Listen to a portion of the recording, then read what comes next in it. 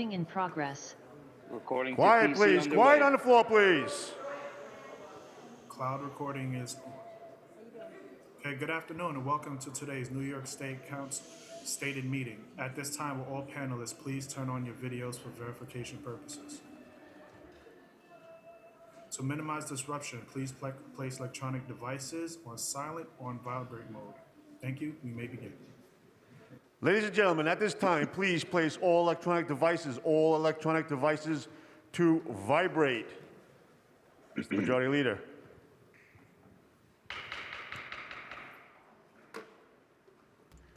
Good afternoon and welcome to the stated meeting of May 5th, 2022. I'm Majority Leader Keith Powers. I'd like to thank everyone here today for joining us. And if you'd like to follow along at home, the agenda for today's meeting is posted on our website. Please join us for the Pledge of Allegiance.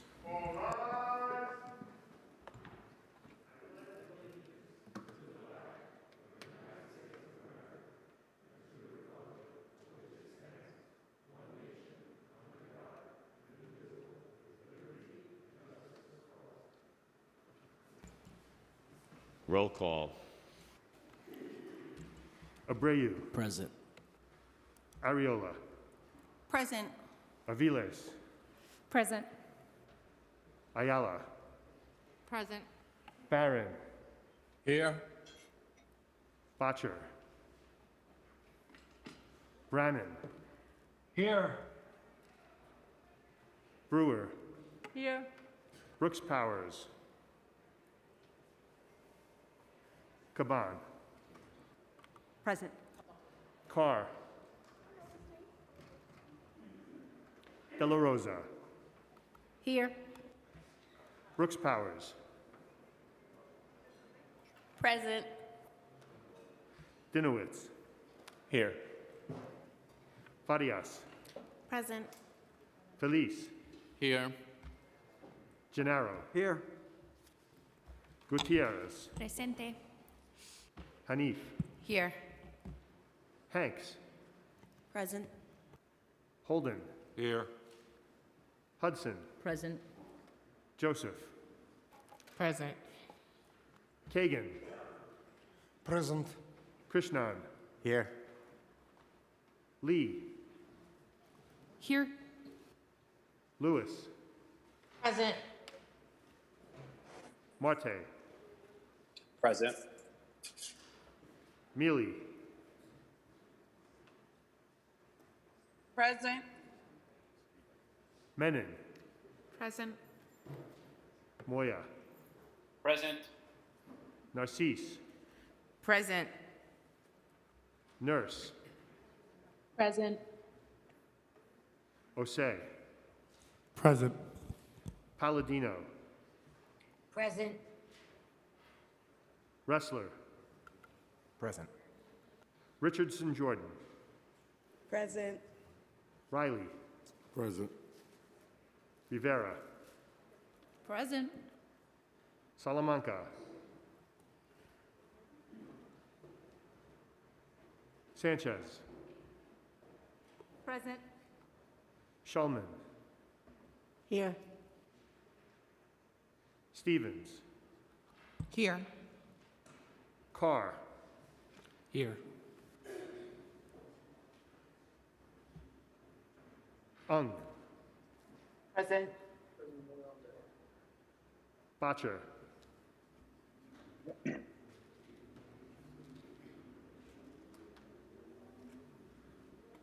Present. Vernikoff.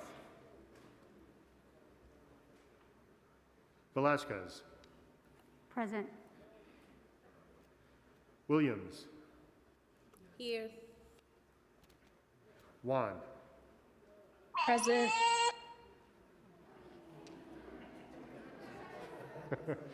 Yeager. Here. Borelli. Present.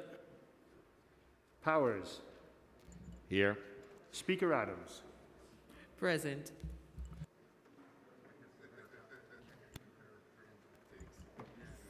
Thank you. We will now have today's invocation, which will be delivered by Reverend Rashad Raymond Moore of the First Baptist Church of Crown Heights, which is located at 450 Eastern Parkway in Brooklyn. Welcome.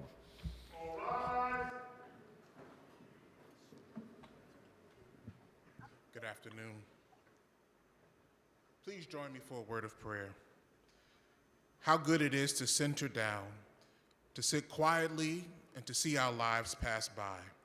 The streets of our minds seethe with endless traffic. Our spirits resound with clashings with noisy silences, while something deep within this moment hungers and thirsts for the still small moment. A direction, a strong, sure purpose that will structure our confusion and our chaos. How good it is to center down. Howard Thurman. O God, our help in ages past, our hope for years to come. We pause for a moment out of the daily rounds of life and leadership to give you thanks for the gift of life and for life itself. For just a moment, we hush out the noise of the world to hear your voice again. Please give us all that we need in this moment to provide leadership for our city. All that we need you have provided. And so we ask now for your wisdom to make just decisions, power to stand for what is right, even if we have to stand alone, and the patience to tend to the cries, complaints, concerns, and dreams of the communities we have been elected to serve. Give us the strength we need to serve this present age, to continue our fight for a more just tomorrow. A time like this demands strong minds, great hearts, true faith, and ready hands. A time like this demands that we stand and bear witness on behalf of all of God's children whose rights are threatened and diminished by a frightening court action that is unjust. May the beauty of the tulips and lilies of this Eastertide be a reminder to us, dear God, that you never intended for us to live our lives in boxes and closets. Neither do you intend for the laws of our land to be controlled by distorted or patriarchal interpretations of Christianity. Nor is it the will of your government, O God, to have a role in whatsoever a person decides to do with their private healthcare decisions. And so we ask now for your strength to help us continue to fight the good fight for a just tomorrow. Give us the courage to speak the truth. Give us an imagination to dream new dreams and to see new possibilities. Give us the sensitive ear, O God, to hear the cries of those who are sick, homeless, and destitute. And so with your spirit and strength, we will continue to dream and to build a new New York where every gender, class, and race can bring their rainbow gifts and colors to your limitless embrace. A new New York where the lines that divide become the ties that bind. A new New York where the homeless find a home, where no children will ever hunger, where all people work for justice, where gun violence will cease, where every class will be gifted and talented, where the broken streets will be restored, where we can all live in dignity and peace.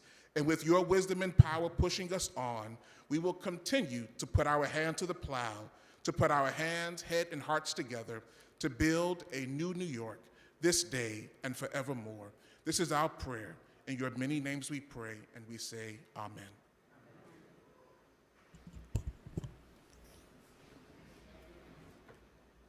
Thank you for those words, Reverend Moore, and thank you for joining us here today. I want to ask now your City Council Member Crystal Hudson to spread the invocation on the record. Thank you, Majority Leader Powers, and I'd like to thank Reverend Rashad Moore for being here today. A native Brooklynite, Reverend Moore, who became the third pastor of First Baptist Church of Crown Heights in January 2020, is a stalwart of the Crown Heights community. Before returning to Brooklyn, he spent 7 years as the assistant minister at the Abyssinian Baptist Church under the renowned Reverend Calvin Butts. On a personal note, and as a Spelman graduate, I'm always proud to uplift a Morehouse brother. And Reverend Moore has always given me the chance to uplift my own story. During the pandemic, he asked me to speak for Pride Month, and when I asked him what he'd like me to speak about, he shared with me stories from various members of his congregation who had told him they felt more comfortable worshiping online than in person, and from folks who had been rejected by their families, all because they were gay or lesbian, bi, trans, queer, non-binary, or gender non-conforming. He told me how blessed those who had recovered or been spared from COVID were, including himself, and how we could not go back to doing the same things we were accustomed to doing before the pandemic, like poking fun at or talking about someone because of their gender presentation, or like turning family members away because of who they love or how they identify. He wanted me to speak to my own lived experiences as a Black gay woman so that others could hear my story, learn from it, and make strides towards being the loving and accepting congregation he knew the First Baptist Church of Crown Heights to be. I'm forever grateful for Reverend Moore's pastoral wisdom. He takes his congregation to new heights, speaking of our struggles for LGBTQIA rights and climate justice, issues that many in faith-based communities have traditionally looked past.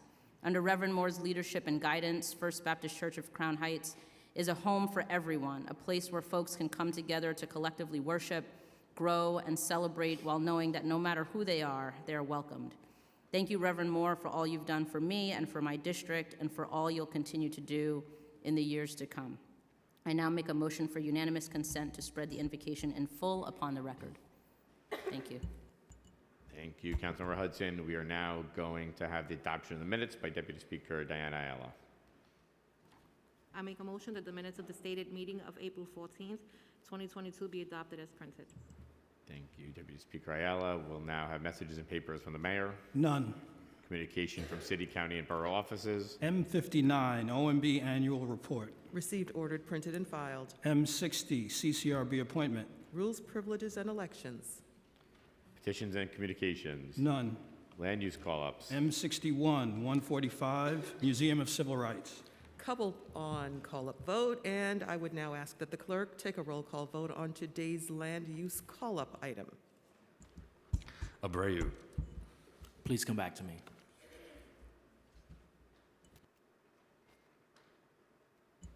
Ariola. Aye. Aviles. Aye. Ayala. I vote aye. Barron. Just a point of information, is the LU 34 is not on the call-up list, is it? No, it's not. Aye. Thank you. Botcher. Aye. Brannon. Aye. Brewer. Aye. Brooks Powers. Aye. Caban. Aye. Carr. Aye. De La Rosa. Aye. Dinowitz. Aye. Farias. Pass for now. Feliz. Aye. Gennaro. Aye. Gutierrez. Aye. Hanif. Aye. Hanks. Aye. Holden. Aye. Hudson. Aye. Joseph. Aye. Kagan. Aye. Krishnan. Aye. Lee. Aye. Lewis. Aye. Marte. Aye. Mealy.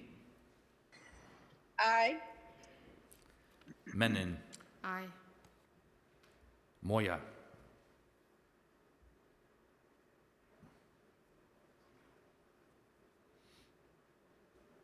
Councilmember Moya. Okay, we'll come back. Narcisse. Aye. Nurse. Aye. Osei. Aye. Palladino. Aye. Wrestler. Aye. Richardson Jordan. Excuse me, is this the vote on 145 in my district? Those land use call-ups, Councilman. This is a land use call-up, including the call-up for M61, which is in your district. Yeah, can someone explain to me what that means? Like what's going on? Councilor Jordan, we are now voting to call up items, which means that the council will review the land use items that are on the agenda. So this will mean that you'll have extra time here to review the 145 Museum of Civil Rights in your district. Okay. You're not voting on the proposal today. Just a call up Okay. for the council to review. All right, thank you. I vote aye. Thank you. Riley. Aye. Rivera. I vote aye. Salamanca. Present. I'm sorry, Councilmember Salamanca, land use call-ups? I'm sorry, aye. Thank you. Sanchez. Aye. Schulman. Aye. Stevens. Aye. Ung. Aye. Velasquez. Aye. Vernikov.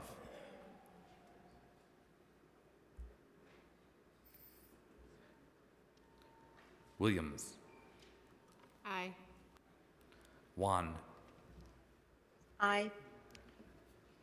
Yeager. Aye. Abreu. Aye. Farias. I vote aye. Thank you. Borelli. Aye. Powers. Aye. Speaker Adams. I vote aye. Excuse me, Mr. Chair, just for a matter of information, I want to change my vote. I'm sorry. I just want to be clear. So 145 is being called up to be reviewed? Yeah, correct. The M61, 145 Museum of Civil Rights is being called up today, not voted on the Right, but application. it's being called up to be reviewed? Yes, correct. That's what we're Right. voting I on. want to vote no, because I don't even want that to be reviewed. I think that's a bad project. We shouldn't even be considering. So I want to change that to a no vote. Thank you, Councilman. And the same with Councilmember Mealy, please, could I change my vote? Just for a second, folks, just please raise your hand and we will call on you if you are looking to change your vote or have something to say. But Councilmember Mealy, go ahead. You can change your vote. Sorry, for clarity, from my understanding, we have to vote down 145. We have to bring it up. and we Councilmember have to Jordan, put it- Councilmember Jordan, we have Councilmember Mealy right now speaking, and she wants to change her vote, so we're going to allow her to go ahead first, and then we'll call on you. Yes, okay. Councilmember Mealy. I would like to change my vote on 145 to no, please. Land use item call up. Okay, and just clarifying for folks that this is a call-up vote. Councilmember Mealy is changing her vote to a no. Richardson Jordan. Okay, can we just get clarification? Because it was my understanding that to stop the 145 project, which is this destructive project in my district, that we have to bring it up and we have to vote it down, because otherwise the city planning's decision stands. Is that correct?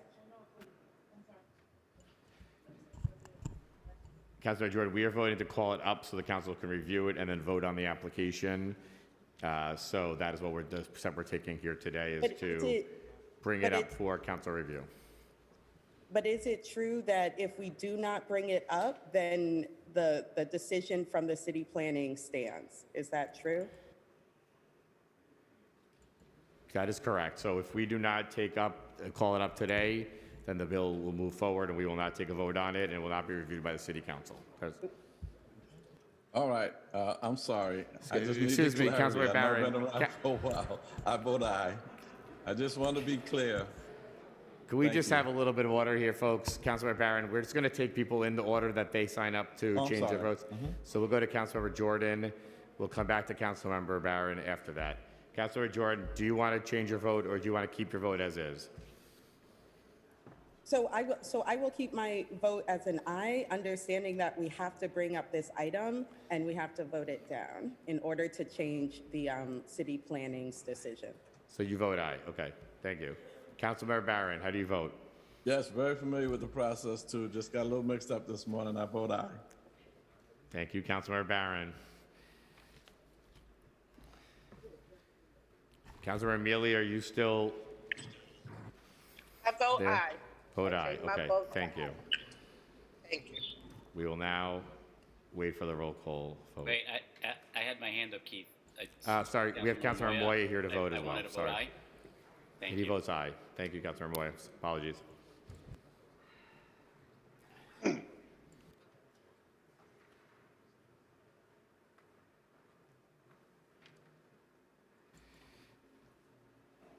After much deliberation, today's land use call-ups are adopted by a vote of 50 in the affirmative and 0 in the negative.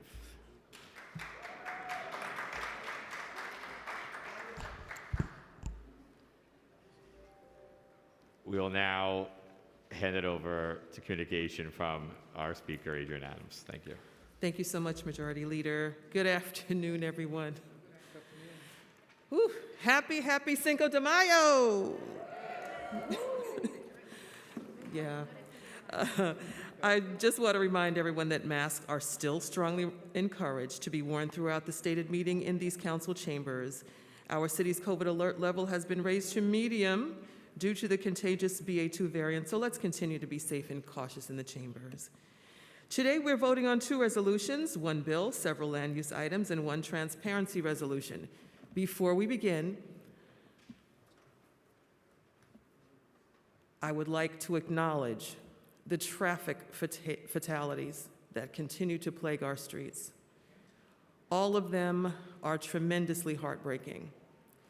Yesterday, the life of 16-year-old Alyssa Kolnevich was taken when she was fatally struck by a delivery truck as she was walking to school in Morris Park in Council Member Marjorie Velasquez's district in the Bronx. These accidents across our city are significant and beyond sad. The city must take every precaution to end this awful trend, and the City Council is committed to the work of legislative equity to right so many wrongs impacting our residents. Let's now stand for a moment of silence to acknowledge all of our children lost to traffic fatalities this year.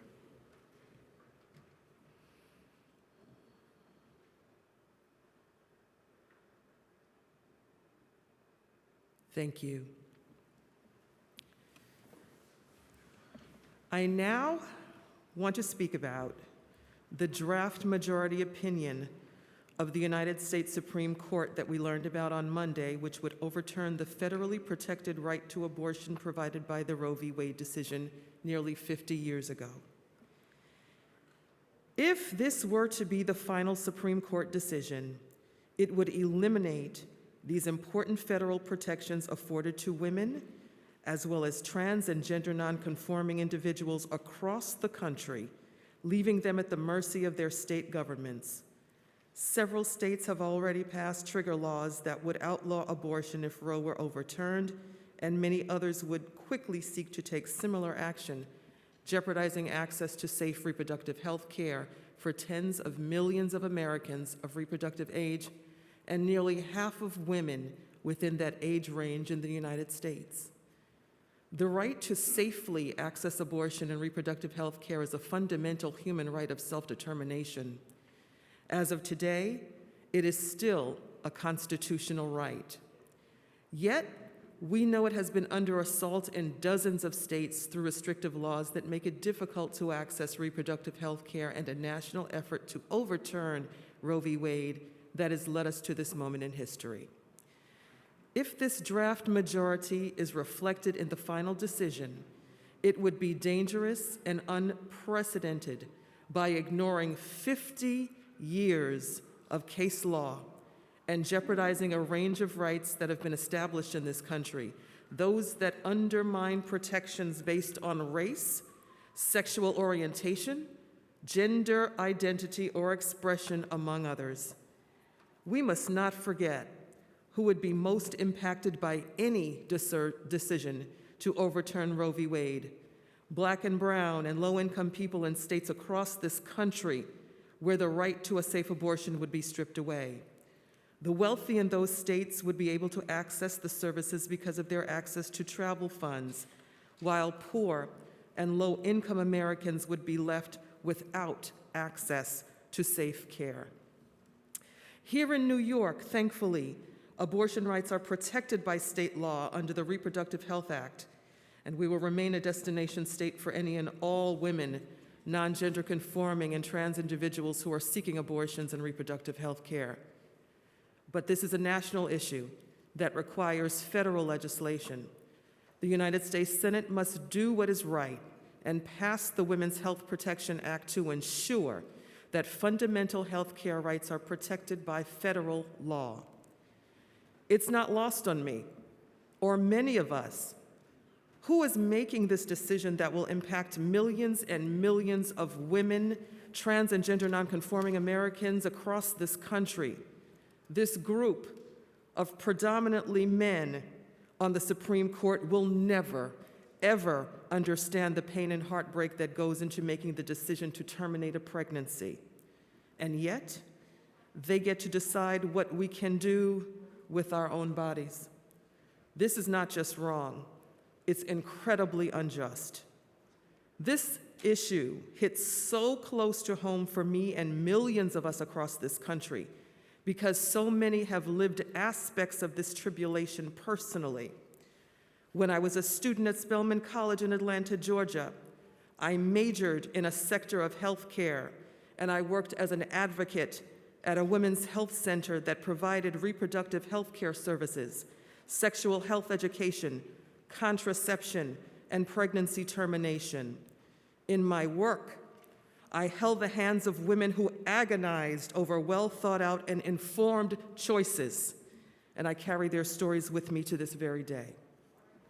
As a mother and grandmother, I never imagined that we would have to fight for this basic right of freedom in the year 2022. Yet, here we are, clinging on to the last vestiges that belong to us. But I know this, we will not go backwards.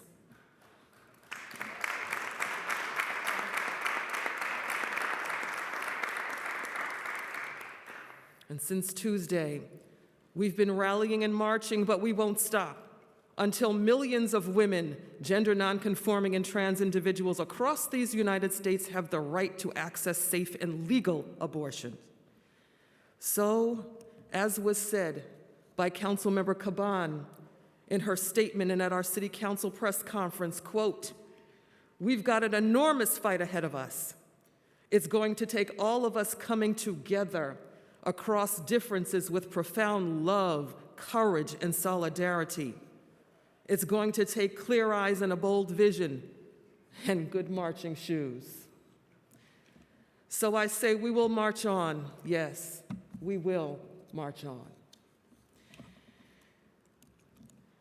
As I mentioned last week, the Council will kick off the first executive budget hearing tomorrow and conclude on Wednesday, May 25th, with a hearing dedicated to public testimony. This is the next important step in our budget process to dive deeper into the finer details of the mayor's executive budget, to advocate for the resources and services our communities need and deserve to thrive. This past weekend, we observed May Day in honor of the workers who have made this city what it is today. With many recent worker organizing victories, we're seeing the power of organized labor and the importance of ensuring that workers have a voice to win the protections and fair wages they deserve. As a council, we will continue to support our workers and union partners in this movement. This week, we are also paying tribute to our educators for National Teachers Appreciation Week. Woohoo, teachers! Our teachers have been unsung heroes even before this pandemic, and we will always be grateful for all that they do for our children. Let's continue to show our gratitude for teachers and educators beyond this week. For our Muslim communities, this week marked the conclusion of the holy month of Ramadan. I hope all New Yorkers who were celebrating had a happy, safe, and peaceful Eid al-Fitr with your family and friends. Eid Mubarak. All month long, we will be celebrating Asian American and Pacific Islander Heritage Month, a time when we reflect on the mighty contributions of our diverse AAPI communities. I'm proud that our historically diverse City Council includes the first Korean American representatives in Council Member Linda Lee and Council Member Julie Wan.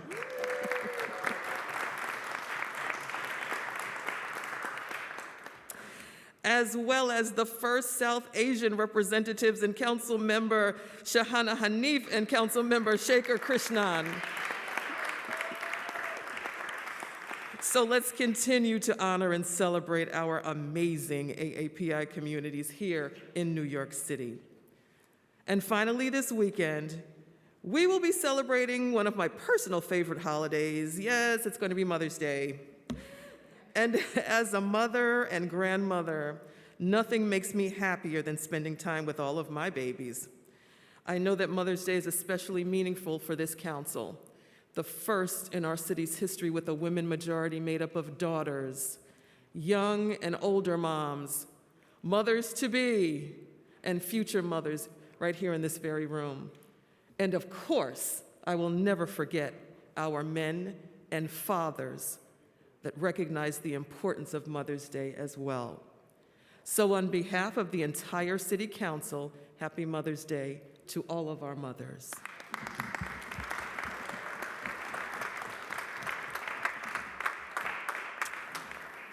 All right, so now let's dive into our agenda for the day. We will vote on the following land use items. 2nd Avenue subway disposition, transfer of city-owned property from HPD to the MTA to facilitate the future construction of the 125th Street Station in Deputy Speaker Ayala's district. Mount Nebo, Mount Carmel Cemetery merger and acquisition of an adjacent cemetery property in Councilmember Holden's district. We will also vote on transparency resolution number 12 of fiscal year 2022, sponsored by Councilmember Brannan, approving the new designation of changes in the designation of certain organizations receiving funding in the expense budget. We thank staff Noah Brick and Malcolm Butehorn for their help on this legislation. Finally, we will be voting on the following legislation today. We will vote on 2 resolutions concerning our city's veterans.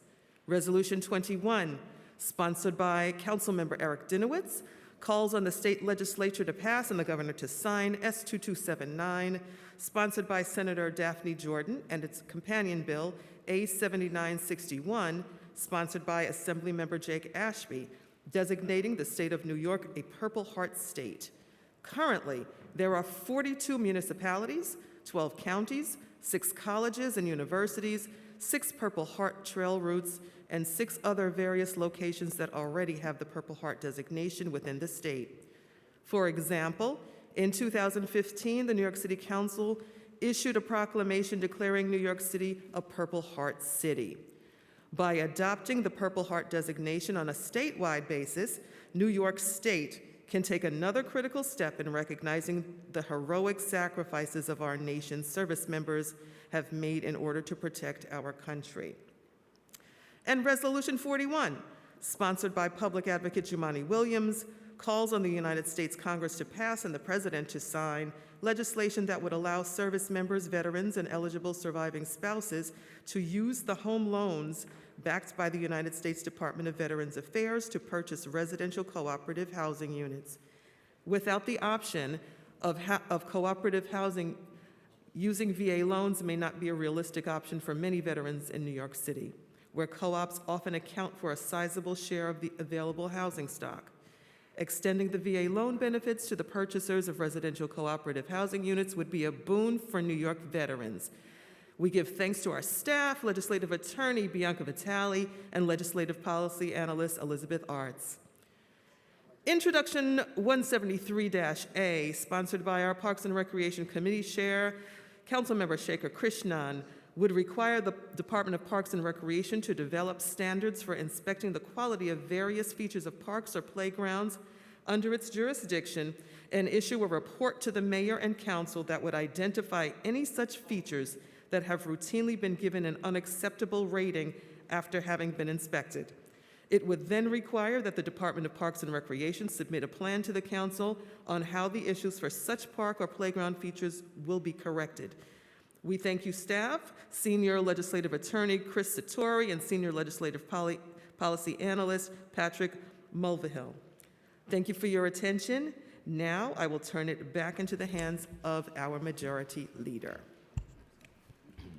Thank you, Speaker Adams. We're now going to move into the discussion of general orders for today's vote. I'm going to call on Councilmember Krishnan to speak on his bill here today. Thank you so much, Majority Leader. Good afternoon, everyone. I am so excited to for the New York City Council to pass my first piece of legislation today. And I'm even more excited and proud that this legislation concerns parks equity in our city.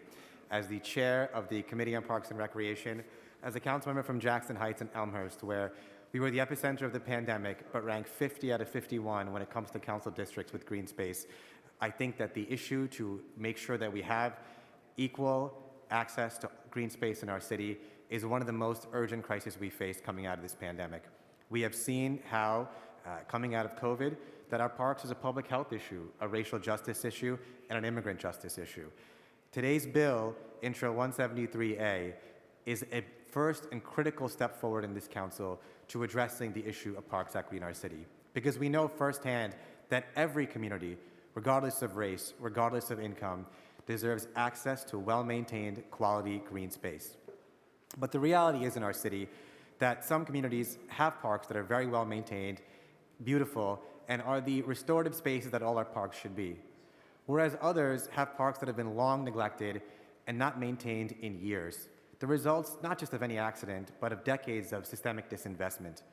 Intro 173A aims to address this issue by, as our Madam Speaker said, ensuring that the Parks Department first comes up with a system of inspecting parks across our city, a set of standards, and then for those parks that do not meet those standards, providing a report to the council and to the mayor of the plans of the Parks Department to address the much-needed repairs, as well as a timeline for making those repairs.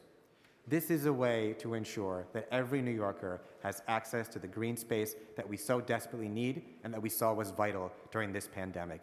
It is the way to ensure that we all have access to the crucial park space that we need and that it is well maintained. I want to say a big, big thank you to the staff of the council, the Parks Committee staff as well, for their excellent work on this legislation. I want to say a big, big thank you to all the co-sponsors and colleagues who will support it today.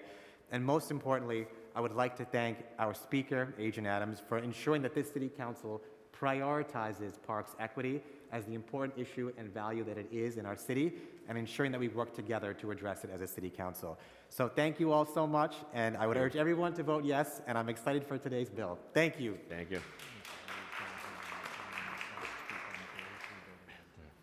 Okay, thank you. Is anyone else, we're just going to wait a second, see if there's anybody else online who would like to raise their hand to speak. I don't think we have anybody else signed up. We are going to, 1 second. We will now move to the report of special committees. None. Report of standing committees. Report of the Committee on Finance, Preconsidered Reso 154, Transparency Resolution. Coupled on general orders. Report of the Committee on Land Use, LU 34 and Reso 158, 2nd Avenue Subway, Phase 2. Coupled on general orders. LU 44 and Reso 159, Mount Carmel Cemetery. Coupled on general orders. Report of the Committee on Parks and Recreation, Intro 173A, Park and Playground Inspections. Amended and coupled on general orders. Resolution appointing various persons, Commissioner of Deeds. Coupled on general orders. I would now ask that the clerk take a roll call vote on all of the items coupled on today's general orders calendar. Abreu. Aye.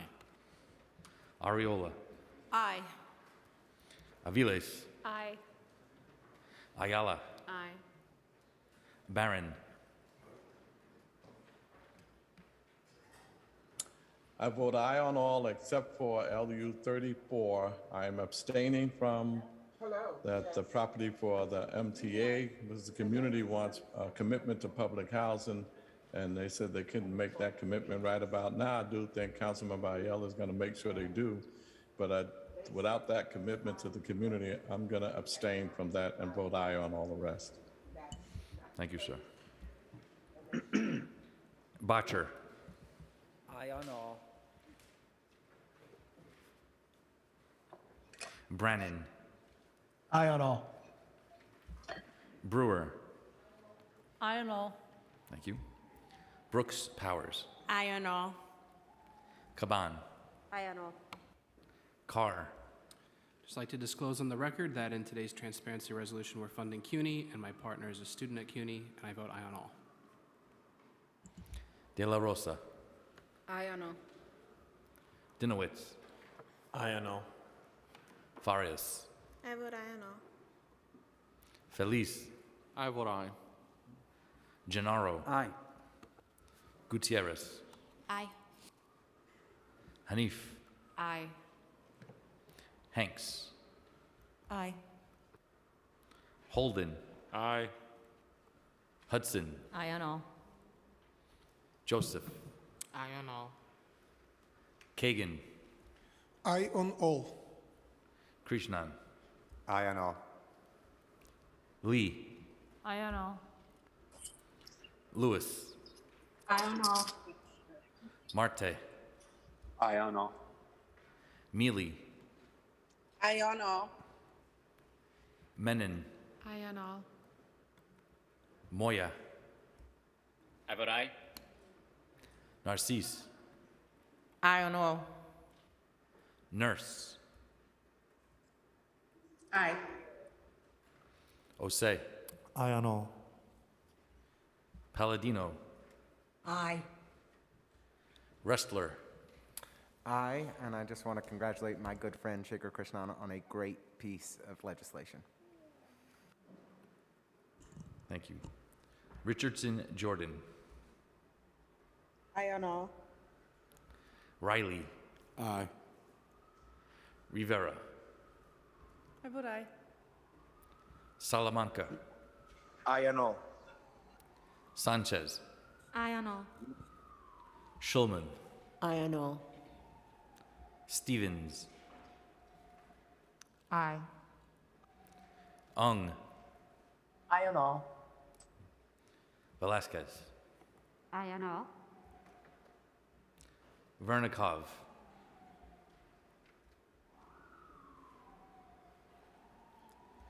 Williams. I'd also like to disclose that I'm a student of CUNY and I vote aye on all. Thank you. Juan. Aye on all. Yeager. Aye. Borelli. Aye on all. Powers. Aye on all. Congratulations to Councilmember Krishnan.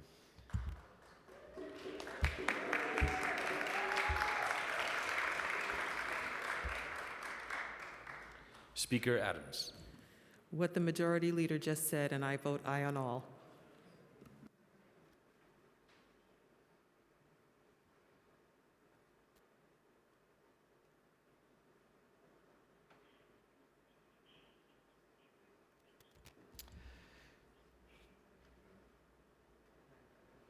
I think we have to just call on Councilmember Sanchez quickly. She has to make a disclosure on the record as well.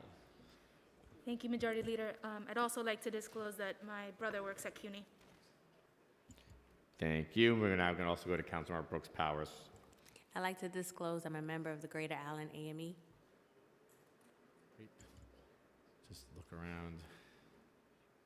Councilmember Feliz. I'd like to disclose that I'm an adjunct professor in the CUNY system.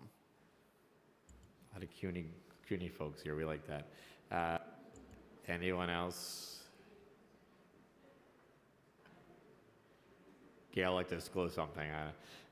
Anyway, we have Nobody cares. all items on today's general order calendar are adopted by a vote of 50 in the affirmative, 0 in the negative, and 0 abstentions, with the exemption of Land Use 34 and Resolution 158, which was adopted by a vote of 49 in the affirmative, 0 in the negative, and 1 abstention.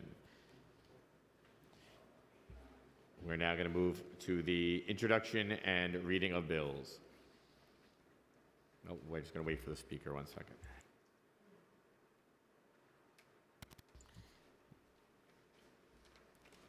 All right. We're moving to the introduction and reading of bills.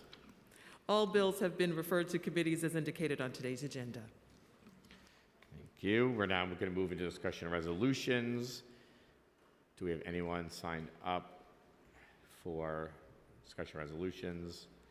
Just going to check online to see if anybody has their hand up.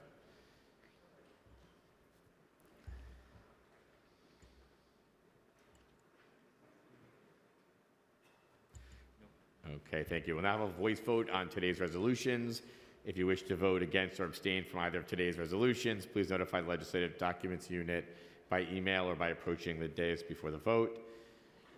If folks can come up if they would like to notify of their vote.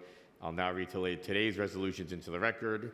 Resolution 21 reaffirms New York City's status as Purple Heart City and calls on the state legislature to pass and the governor to sign Assembly Bill number 7961 and Senate Bill number 2279, designating the state of New York a Purple Heart state. Will all those in favor please say aye? Aye. All opposed? Aye. All opposed say nay. Any abstentions? The ayes have it. Resolution 41 calls on Congress to pass and the President to sign legislation that allows service members, veterans, and eligible surviving spouses to use the United States Department of Veteran Affairs home loans to purchase cooperative apartments.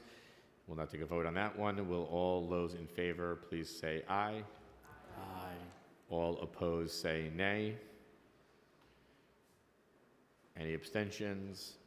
The ayes have it. We are now going to move into general discussion.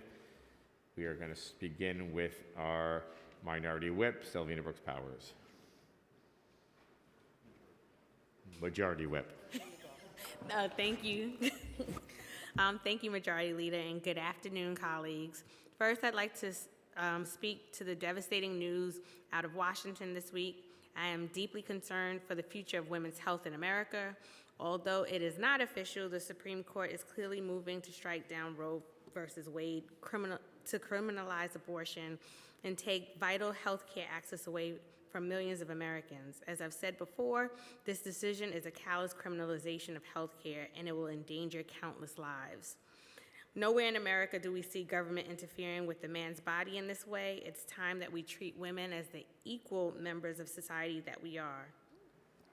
Also, I'd like to just share that I am devastated by the news out of Councilmember Velasquez's district that Alyssa Kolinovic, a 16-year-old girl, was killed crossing the street on the way to school yesterday.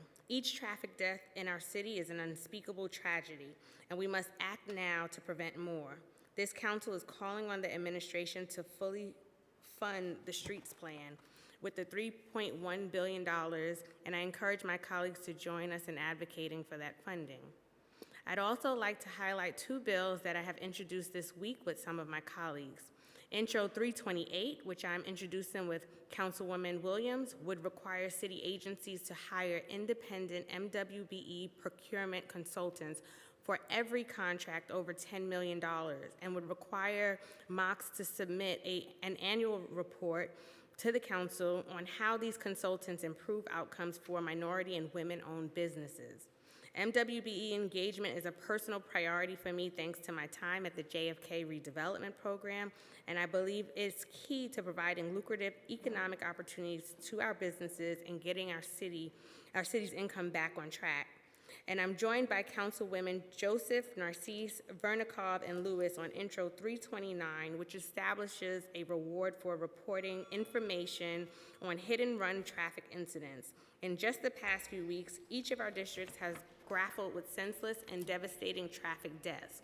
We must do everything we can to reduce traffic violence and make our streets safer. This legislation will bolster our city's enforcement efforts and bring closure to victims' families. Thank you. Thank you. We're now going to move. Oh, and if any folks would like to sign up, you certainly can let us know if you'd like to add. If you're online, you can raise your hand and we will add you to the list as well. So we're now going to go to Councilmember Stevens, followed by Councilmember Abreu.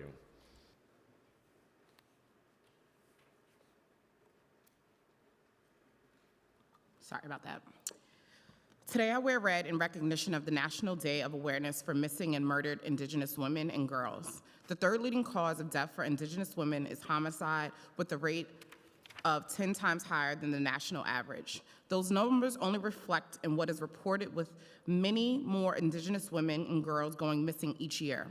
Special shout out to, I'm gonna say this wrong, Kakikuk tribe, who my Chief of Staff, Kate Connolly, is a proud member of. It is my pleasure to introduce legislation to amend the administration code of the City of New York in relation to providing mental health services for children visiting incarcerated individuals. The introduction of this legislation is personal to me, as my sister is a fierce advocate in the criminal justice world who recently wrote a book called Unwritten Stories from Behind the Bars from Behind and Beyond. This is a collection of stories and poems of incarcerated families and incarcerated individuals. Too often, we don't speak on the impact of families of incarcerated individuals, and specifically the younger generation. Providing the necessary mental health services for our children will help alleviate some of the long-lasting trauma. To paraphrase the famous Frederick Douglass, it is easier to build strong children than to repair broken adults. I'm also honored to be a co-prime sponsor with on Carlina Rivera's legislation and co-prime member, Councilmember Caban, to abolish the criminal group database. I was a proud member of the Gang Database Coalition for several years, where I went around the country educating young people and communities about its existence across the country. I hope I can now count on all my colleagues to sign on to this legislation that will end the criminalization of low-income Black and Brown communities that continue to create barriers for progression in our city. Thank you. Thank you. You banked your 19 seconds and your 30 from last time. We now will have Councilmember Brayu, followed by Councilmember Riley. Thank you, Majority Leader. Today, alongside Councilmember Dinowitz, Menon, Ressler, Shulman, Vernikov, and Yeager, I am proud to introduce Resolution 153, calling on the Department of Education to create a Jewish Heritage Day in our public schools. Over the past year, we have seen a tragic uptick in hate crimes in our city. We know that a majority of religious bigotry is anti-Semitism. I've seen it not far from where I live. Jewish owners facing vandalism and swastikas graffitied around the neighborhood. Our schools play a crucial role in educating our students and reducing bias. We can help combat stereotypes from an early age by raising awareness.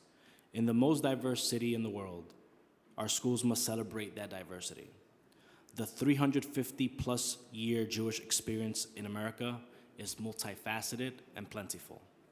It is time for New York City schools to celebrate the positive contributions and achievements of Jewish Americans, and in particular, Jewish New Yorkers. I want to thank Jan Atwell from the legislative staff for her work on this bill, and Bob Abrams, New York's former Attorney General, for his advice and counsel. Thank you. Thank you, Councilmember Brayu. We'll go to Councilmember Riley, followed by Councilmember Kagan. Thank you. Investing into our people through comprehensive support services, extensive professional training, and educational programming makes all the difference in inciting individualized growth for New Yorkers while rebuilding and uplifting our communities as a whole. I am proud today to partner with my colleague, Councilmember Ung, to introduce a piece of legislation that would develop an Office of Continuing Education and Adult Literacy to serve all New York families. Intro 354 will lay the framework to tackling quality of life issues that plague our districts, starting at the root of the problem. Upgrading outdated infrastructure by addressing inequalities and the lack of access to developmental resources to the communities that need it most. As the co-chair of the BLAC, I seek to prioritize that the needs of underserved communities are met with the tools that will empower them to succeed. We as leaders must collaboratively continue to ensure that local legislation secures inclusive outreach and provide quality connections to cultivate sustainable employment development and opportunities, as well as the restorative groundwork to maximize the city's communal and societal advancement. The Office of Continuing Education and Adult Literacy would act as a lifeline, creating access and opportunity for those low-income and immigrant communities where systematic disparities have failed them. The power of education, mental social wellness, and family resources are limitless in our communities. In order to better suit our communities, we must acknowledge that and put systems to demonstrate better. Establishing an Office of Continuing Education and Adult Literacy will ensure all New Yorkers have that opportunity. Thank you. Thank you, Councilmember Riley. And I go to Councilmember Kagan, followed by Councilmember Lee. Thank you. This week we celebrate National Small Business Week. Small businesses and entrepreneurs need our love and support every single day, not just one week a year. They need grants, not loans, to recover from the devastating pandemic. They need free legal services, technical assistance, marketing and promotion, with full partnership with city government. They need less taxes, less needless fines, and less fees for all kinds of licenses, not additional rules, instructions, and new mandates. The process of obtaining any license, permit, or to get any relevant information should be simple and quick. I would like to thank Councilmember Julie Menin, Chair of Small Businesses Committee, for her work to achieve this goal. SBS representatives should be on the road every day in as many neighborhoods as possible, talking to small business owners in many different languages. We are New Yorkers after all. Small businesses are the backbone of our city, and they deserve our full and strong support. Thank you. Thank you. We now go to Councilmember Lee, followed by Councilmember Joseph. Good afternoon, colleagues. There's a lot happening this month in May. There's Teachers Appreciation Week. It is also, thank you, Speaker Adams, for recognizing AAPI Heritage Month. And also, in case you guys were not aware, it is also Mental Health Awareness Month, which we all know is such an important issue in our city, especially now as we recover from the pandemic. So let's definitely make sure to thank and appreciate all of our mental health professionals that are out there in our districts working so hard. But today I'm very proud to join Councilmember Eric Botcher as well as Councilmembers Ung and Brannon to introduce Intro 312 around excessive and obnoxious vehicle noise. And I have to say, surprisingly, this was one of the biggest issues that came up during the campaign trail. And as a mom of young kids, and especially I know for young moms, that was one of the biggest complaints we heard was the excessive noise from the vehicles waking up young children, disturbing quality of life across the district. And as Councilmember Botcher has said, the EPA found that excessive and obnoxious vehicle noise is actually a hazard to the physical health, mental health, and quality of life in our communities. And traffic-related noise pollution is actually responsible for complications for heart disease, cognitive impairment in children, sleep disturbance, hearing loss, and stress and anxiety. And so as we begin to openly talk about health and mental health, we must address the stressors responsible for impacting our mental wellness as well. And so I just want to thank Councilmember Botcher for introducing this legislation that families across New York City have been clamoring for, and for Councilmembers Ung and Brannon and other colleagues. And I ask all of you to sign on to this as we continue to push this bill. Thank you. Thank you, Councilmember Lee. We'll go to Councilmember Joseph, followed by Councilmember Velasquez. Thank you, Majority Powers. I'm proud to introduce Intro 338, legislation to create a bullying prevention task force. I want to thank Board President Mark Levine for partnering with me on this important bill that seeks to reduce bullying and intimidation in our schools. Besides having several young children of my own, I care so much about creating a safe space where kids can learn without the fear of harassment from their peers, because I saw the impact that it would have on my students then, when I was still teaching in the classroom. I want this bill to be impactful and meaningful. I encourage my colleagues to sign on, and I look forward to hearing from my colleagues who have their own children in schools, or those who were formerly teachers themselves, and about how we can do the most to make the school safe and encouraging place for our kids. Thank you, Madam Speaker, and thank you, Majority Leader. Thank you, Councilmember Joseph. We'll go to Councilmember Velasquez, followed by Councilmember Rivera.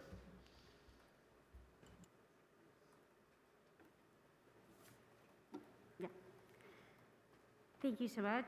As Speaker Adams stated, we had a devastating loss yesterday morning in my community. A sweet 16-year-old girl crossing the street was struck by a truck in the intersection of a residential neighborhood. We often talk about safe streets, but that talk has to have them secure for pedestrians. I often think about my own accidents and how it's tough on me to just cross during my toughest moments.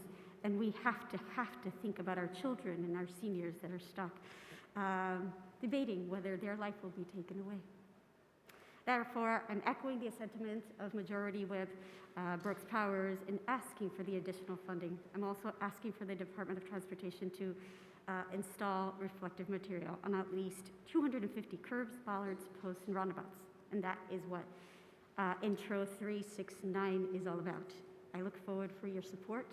Our families need it, and we certainly have to honor the lives of those that have been taken too soon. Thank you. Thank you. We'll go to Councilmember Rivera, followed by Councilmember Hanif. Thank you so much. The last time I visited Rikers Island, along with my colleagues, I was told the North Infirmary Command was filled to capacity with individuals who required constant care, from people with disabilities to those struggling with severe mental health challenges to the terminally ill. And with the conditions we saw, it's clear that was not the place for those in need of serious treatment. Judicial diversion is intended to allow people to access the intervention and treatment they need, but as the law currently stands, only a shamefully small percentage of those people receive treatment. If we are serious about our commitment to reducing the jail population, we cannot allow for this failure to persist. So today, together with Councilmember Crystal Hudson, I'm introducing a resolution in support of the Treatment Not Jail Act, a state bill carried by Assemblymember Farah Sufran Forrest and State Senator Jessica Ramos.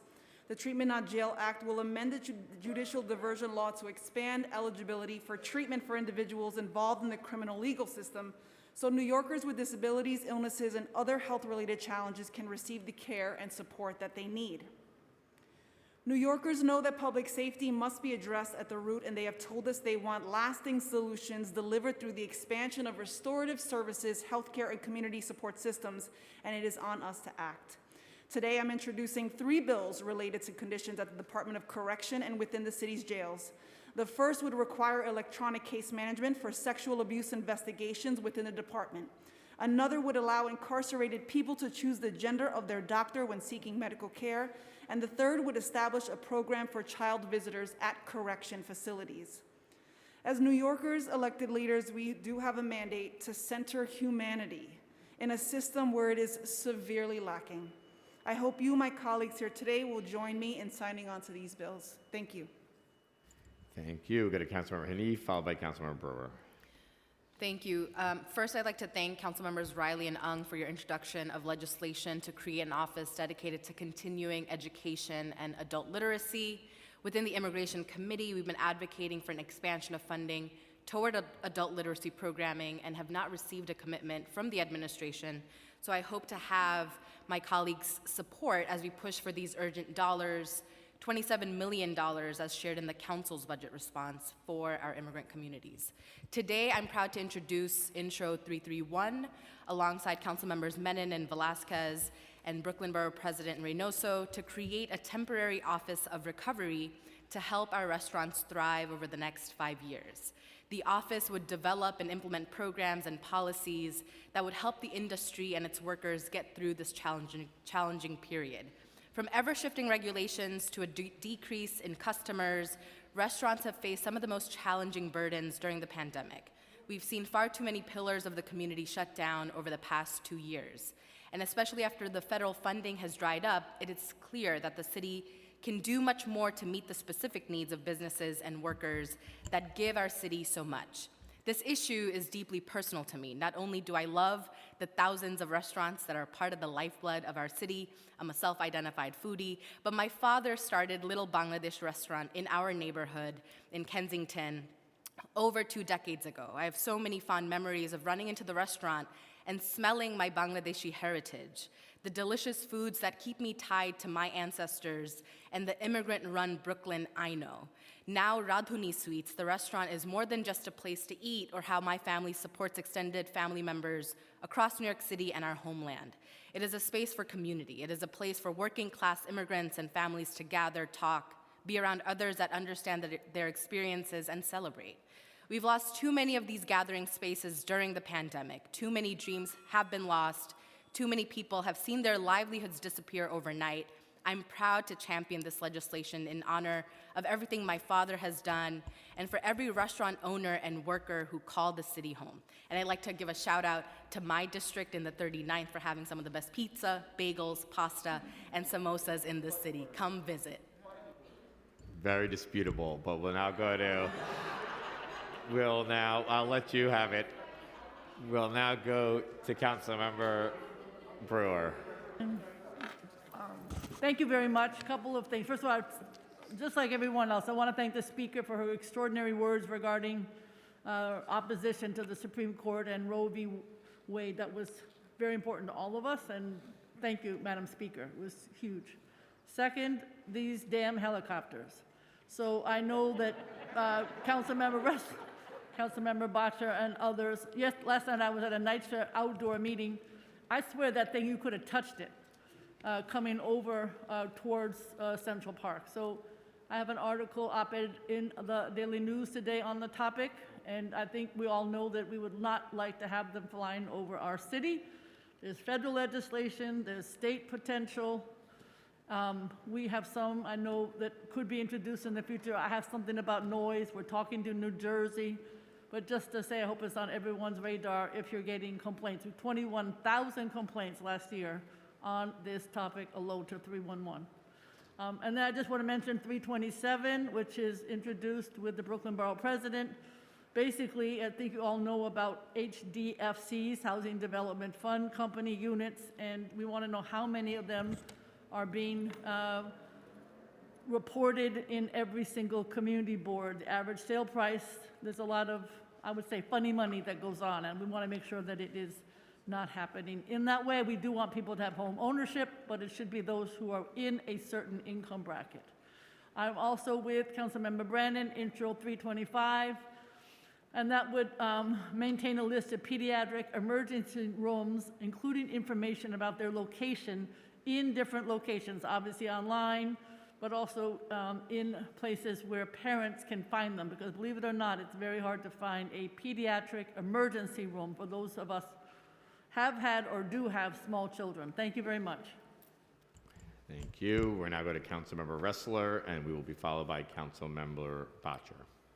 Thank you, Majority Leader, and I want to echo Councilmember Brewer's sentiments in thanking the Speaker for her eloquence and leadership this week in light of the horrifying news out of the Supreme Court.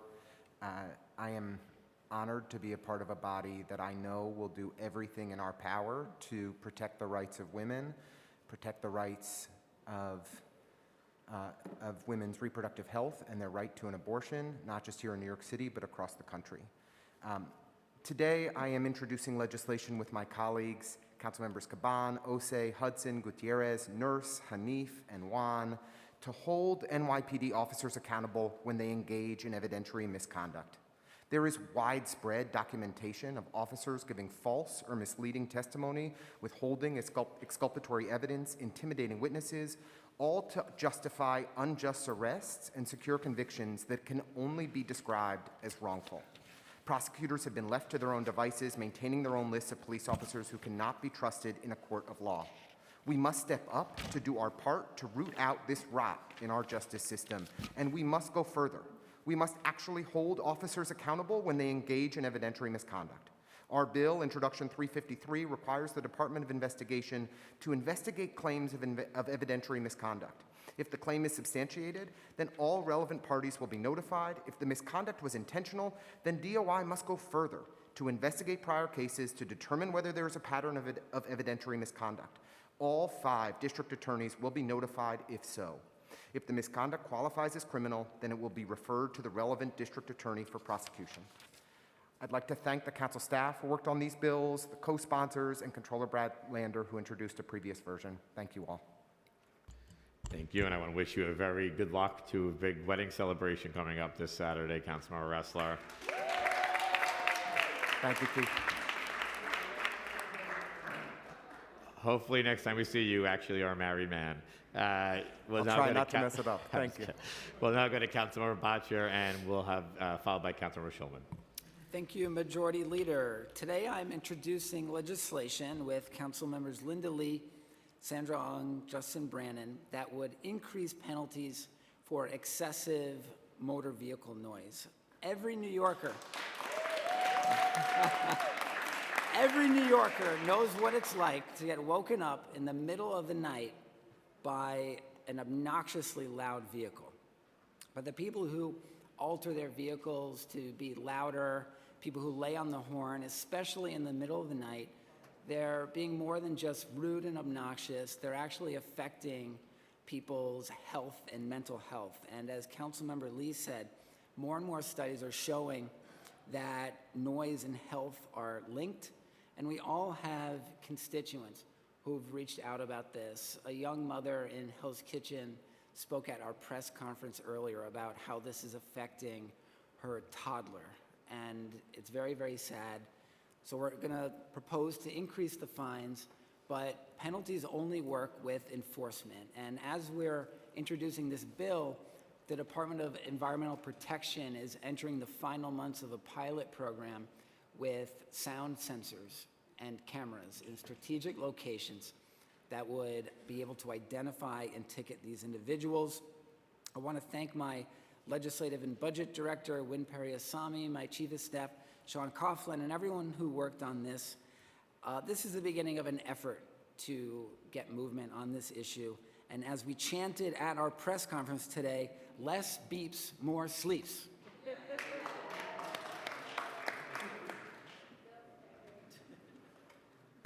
Thank you. And I go to Councilmember Schulman and then we'll be followed by Councilmember Farias. Yes. So this past Saturday at 9:30, which is relatively early, a delivery worker in my district who worked at a restaurant across the street from me was killed in cold blood by someone who shot him, and he leaves a family of 3 young kids. My office is working with his family on getting people here from other places for the arrangements. We're working with the restaurant. He has relatives that own businesses in the district, and his name was Ziwan Yan. And considering that it's AAPI Heritage Month, I don't want his death to go in vain. So I'm bringing it up today. And as a delivery worker, you know, who go all over the place. And he was somebody, by the way, that was very well liked in the district. Everyone loved him. He delivered everywhere. He was 45. And so I really want us to think about him and think about when we get deliveries that we make sure that we tip these individuals well. And that the other thing, too, is that there are AAPI businesses in my district that are being harassed. Supposedly, this business was being harassed prior to this occurring. And I'm working with the police department. I'm working with Congresswoman Grace Meng on bringing this individual to justice and making sure our businesses and our communities and our constituents are safe. Thank you. Thank you, Councilmember Schulman. We'll go to Councilmember Farias, followed by Councilmember Yeager. I'm going to keep it pretty short and sweet. I really just wanted to acknowledge all of the women from the Women's Caucus and my colleague male allies that showed up Tuesday morning from my 10:30 p.m. midnight text messages calling on all of us to show up in the wake of the decision that was made or that was alleged and we're waiting for. I really just want to express appreciation and thank you all for showing up. And for those that didn't show up but wrote messages, tweets, of concern and are expressing that we have a fight ahead of us that we're all willing to stand unified on. I just wanted to say thank you. Thank you. We'll go to Councilmember Yeager and finally followed by Councilmember Caban. Thank you, Mr. President. I was going to speak today. I figured I'd give everybody a break, but such is not the case. I want to begin by thanking Councilman Abreu for his thoughtful resolution that he introduced, and I'm grateful to him for doing so, and I'm proud to sign on. And I really wasn't going to take up his time of touting this important resolution because it's his, and it is true that the Jewish community in New York does have some allies, and I'm grateful to the good gentleman for introducing that resolution. But as we sit here today, the police are in my neighborhood together with the volunteer security force, the Shomrim, at a bus stop on 18th Avenue where 2 swastikas were drawn on an MTA bus stop. They weren't there yesterday, so relatively recent. And, you know, we can talk about it. It's just graffiti in New York. We talk about this stuff. It's, you know, it's minor quality of life things. Who cares, right? You know, we shouldn't bother anybody. Just a little graffiti. The neighborhoods I represent have the highest number of Holocaust survivors of any place in the world outside of Israel. Along with Councilwoman Vernikov and Councilman Kagan, we represent more Holocaust survivors than any place in the world, and Councilman Ressler as well. My district has the bulk of them, thank God, and they unfortunately diminish every day. And I've spoken about the Holocaust and my personal family relationship with it and the city's relationship with it many times on this floor. But when you see, and you know, look, it's easy for us. I mean, we're in a decriminalization world. Everything is, you know, it's less important to enforce this, that, and the other thing than it used to be. We talk about these things and we say, well, what we need is more education. We need more education. If only we taught people what a swastika was, they wouldn't go out and draw it. Maybe.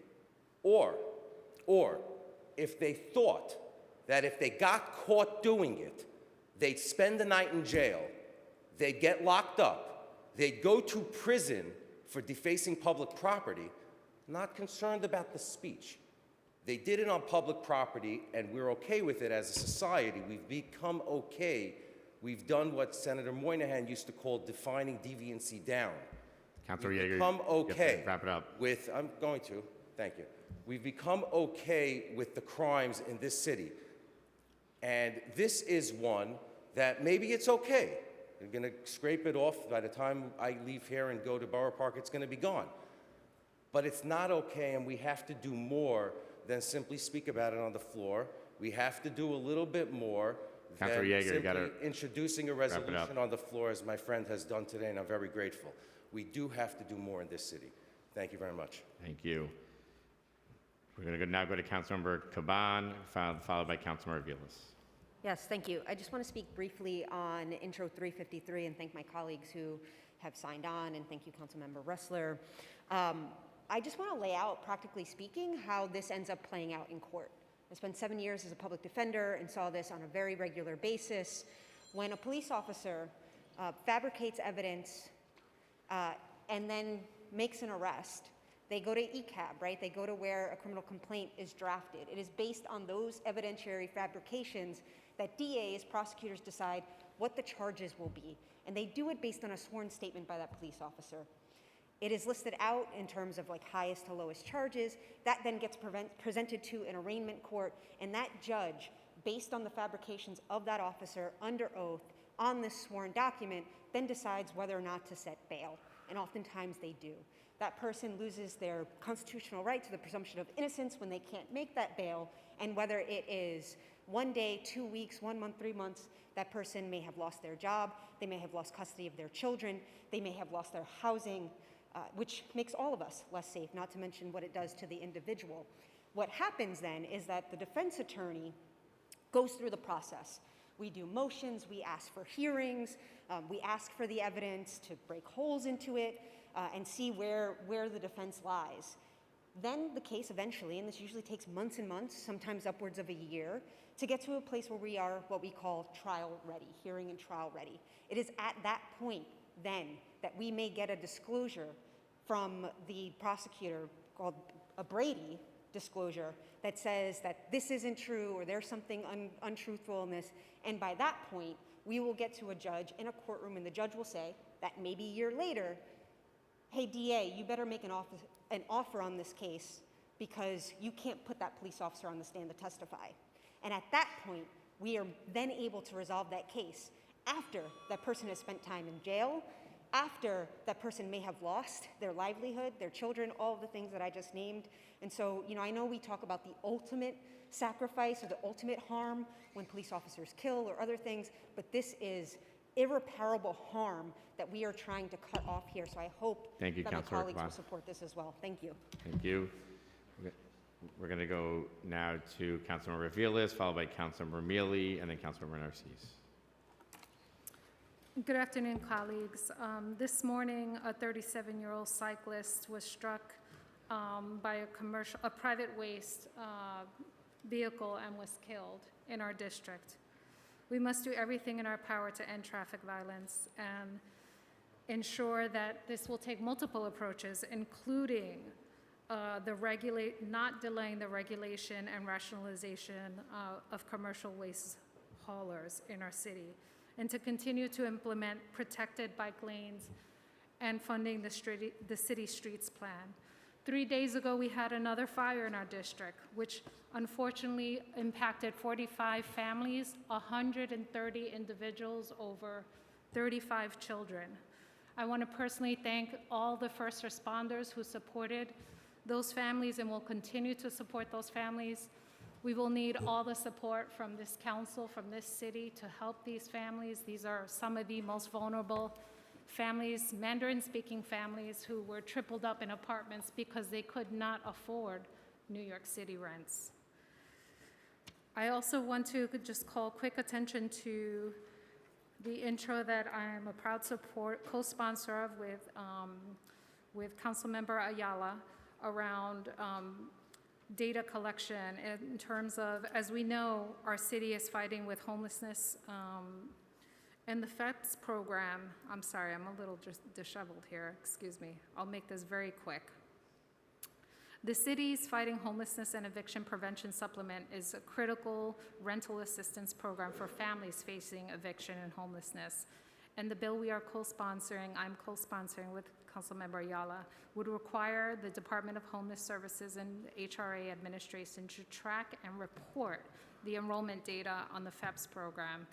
This is common sense, and it is important to accurately gauge the effectiveness of the program to further prevent New York City residents from becoming homeless.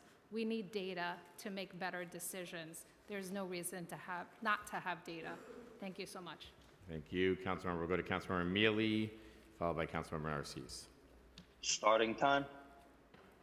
Yes, I just want to, I'm sorry to my colleagues that I didn't go to the pre-hearing or the committee, but I just hope that everyone knows that with the noise complaint legislation, I know it's a good thing, but we have to really remember that these are young people sometime with these bikes, cars, with the noise complaint, where that $1,000 may be from them having a car and not having a car. We are already saturated with tickets because people are double parking because there's no parking in the city practically. So I just hope all my colleagues be aware it's going to be an extra contact with the police in regards to these noise complaints. So I just hope everyone think about that and consider this. I will not be supporting this bill. I wish I was there at the hearing. That's on me. But I know it will hurt mostly Black and brown individuals in this city. So thank you. Thank you. We go to Councilmember Narcisse to wrap us up. Thank you, Majority Leader. I just want to bring to everyone's attention, May 18 gonna be Flag Day for the first republic, Black republic that get their independence in the world. But people seem to forget that. May 18, we're gonna be at Bow Hall. I'm partnering with Council Member Joseph Louis Ose for our Flag Day, and it will be very fun. So you're gonna know a little bit about the history, about our food, about dance and culture.